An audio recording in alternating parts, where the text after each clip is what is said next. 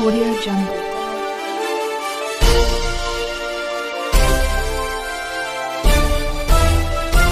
Audio Jungle. नमस्कार, मी यशवंत आणि आपण पाहत आहात बहुजन सैनिक महाराष्ट्र लाईव्ह। जागना है तो जगना पडेगा, एक राष्ट्र के लिए। धर्मरक्षणासाठी संभाजीराजे यांचे चरित्र अंगीकारले पाहिजे असे विचार पद्मश्री ॲडव्होकेट उज्ज्वल निकम यांनी ग. मांडगुळकर नाट्यगृह निगडी येथे बुधवार दिनांक 26 फेब्रुवारी 2025 रोजी व्यक्त केलं। क्रांतीवीर विनायक दामोदर सावरकर यांच्या आत्मार्पण दिनानिमित्त निगडी प्राधिकरणातील स्वातंत्र्यवीर सावरकर मंडळाच्या वतीने स्वातंत्र्यवीर सावरकर राष्ट्रीय आणि राज्यस्तरीय पुरस्कार 2025 प्रदान करताना ॲडव्होकेट निकम बोलत होते। स्वातंत्र्यवीर सावरकर मंडळाचे अध्यक्ष विश्वनाथ नायर, कार्याध्यक्ष रमेश बनगोंडे, सचिव सागर पाटील यांनी व्यासपीठावर प्रामुख्याने उपस्थिती होती।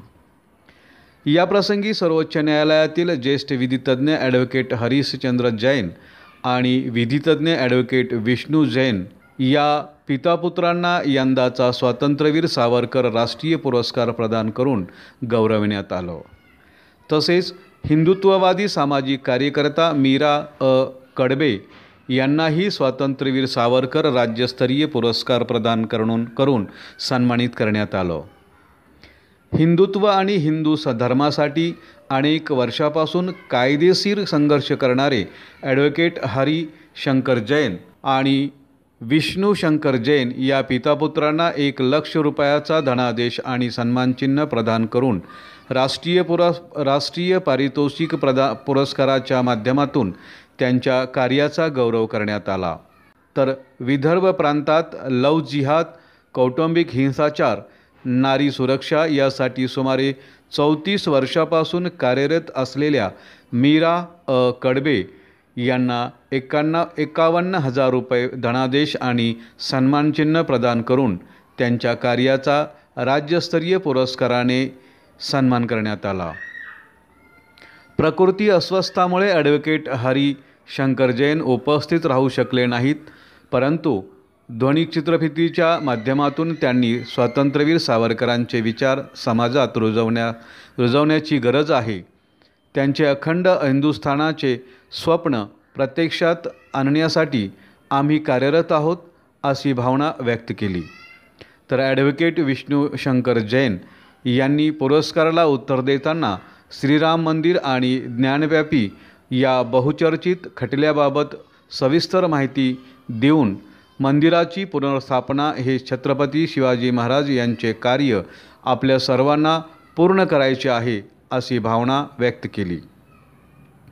मीरा कडवे यांनी 2007 पासून लव जिहादच्या कार्याला सुरुवात झाली असे नमूद करीत, माणुसकीच्या बाबतीत मी धर्मनिरपेक्ष आहे, पण लव जिहाद प्रकरण असेल तर मी कट्टर हिंदू रणरागिणी आहे असं मत मांडलं।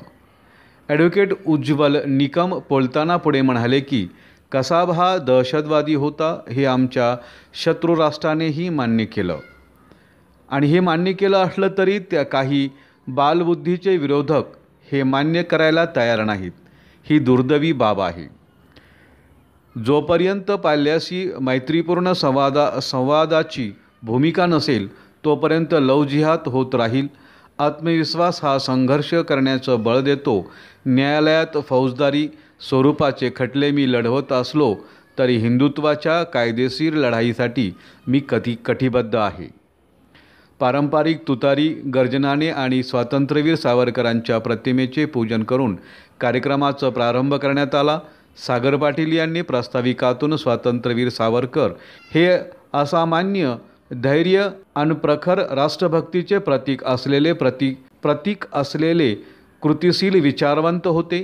त्यांच्या विचारांना पुढे नेण्यासाठी 17 वर्षापासून राष्ट्रीय आणि राज्यस्तरीय पुरस्कार प्रदान करण्यात येतात अशी माहितीही दिली। सकाळच्या सत्रात सावरकर उद्यानातील स्वातंत्र्यवीर सावरकरांच्या प्रतिमेला मंडळाच्या वतीने अभिवादन करीत व्याख्याते राजेंद्र घावटे यांनी स्वातंत्र्य सावरकरांचे विचार राजकीय प्रेरणादायी असल्याचे सांगितले. ज्योती कानेटकर, उज्ज्वला केळकर आणि ॲडव्होकेट हर्षदा पोरे यांनी मान्यवरांचे परिचय करून दिले. विराज सवाई यांनी सूत्रसंचलन केलं. विकास देशपांडे यांनी आभार मानलं व स्नेहल देशपांडे यांच्या संपूर्ण वंदे मातरम गायनाने कार्यक्रमाची सांगता करण्यात आली. प्रसंगी स्वातंत्र्यवीर सावरकर मंडळाचे सर्व कार्यकर्ते, पदाधिकारी, सावरकरप्रेमी नागरिक व अनेक हिंदुत्ववादी संघटना संस्थांचे कार्यकर्ते मोठ्या प्रमाणात उपस्थित होते, अशी माहिती आमचे ज्येष्ठ पत्रकार प्रदीप गांधलीकर यांनी दिली. बहुजन सैनिक महाराष्ट्र लाईव्हला लाईक करा, शेअर करा, सबस्क्राईब करा आणि बेल आयकॉनवर क्लिक करा.